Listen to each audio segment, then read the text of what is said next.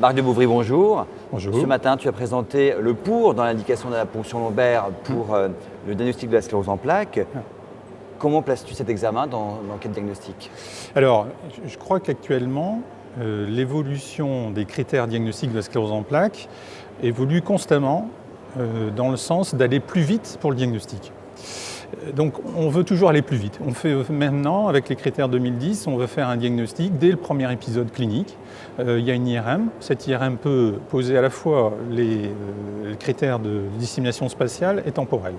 Et plus on va vite, plus il faut faire attention. Il faut être extrêmement prudent. Il faut être absolument certain de sa présentation clinique. Hors de question de laisser passer une symptomatologie un peu bâtarde, purement sensitive, un peu douloureuse, qui peut faire évoquer quelque chose de mécanique ou quelque chose d'une autre nature. Donc il faut être certain de la clinique. L'IRM, il faut l'interpréter avec énormément de précautions. Il faut que le neurologue lui-même sache complètement interpréter cette IRM. Il ne doit pas faire confiance de prime abord au compte-rendu des radiologues, c'est à lui de savoir interpréter. Et il faut qu'il interprète avec tous les critères. Il faut exactement qu'une lésion juxtacorticale, elle soit réellement juxtacorticale, qu'une lésion périventriculaire soit périventriculaire. Et il faut travailler en commun avec les radiologues, mais il faut que le neurologue sache avoir son propre jugement sur cette IRM. Alors tu n'as pas ton expérience personnelle sur 6 mois où tu t'es rendu compte qu'il y avait des patients qui t'étaient adressés avec des diagnostics évoqués mais qui n'étaient pas du tout dans ce cadre-là. Oui, c'est ça. C'est que quand on voit dans une consultation un petit peu d'experts, des gens nous sont adressés pour une sclérose en plaques, parce que le diagnostic a été évoqué sur une IRM. Et en fait, dans ce cas de figure-là, pratiquement dans un cas sur deux, c'est autre chose.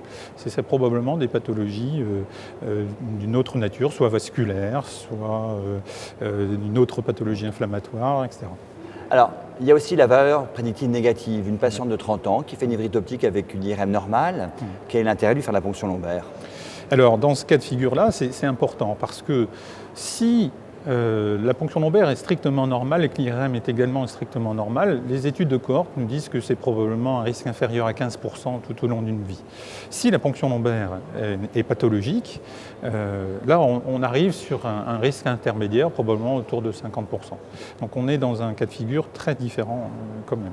La ponction lombaire, je crois qu'elle est très importante pour d'abord éliminer des diagnostics différentiels. Donc ça reste une étape très importante et c'est simplement l'analyse de la cytochimie qui nous permet d'unir ça. Et la deuxième chose, c'est une absence d'aspect oligoclonal. Quand l'analyse est faite dans des bons centres, vous êtes sûr de votre biologiste qu'ils utilisent l'électrofocalisation, à ce moment-là, une absence d'aspect oligoclonal doit faire reconsidérer le diagnostic de sclérose en plaques, jusqu'à preuve du contraire. Alors la remarque à Jean Pelletier, c'est donc un complot des Américains, l'arrêt de la ponction lombaire dans la sclérose en plaques? Peut-être, je ne sais pas, c'est qu'il y a aussi, ça reste dans l'image collective comme un geste invasif, donc avec des complications possibles, même si elles sont tout à fait rares, et que bien évidemment qu'une IRM qui est un geste non invasif passe beaucoup mieux. Néanmoins, je pense qu'une ponction lombaire, c'est un moment, ça dure 5 minutes, et ça peut nous donner des renseignements absolument essentiels pour une maladie qui va durer toute une vie. Et quand on part sur un diagnostic comme ça, avec une démarche thérapeutique, avec une annonce diagnostique qui peut être délétère, il faut faire très attention.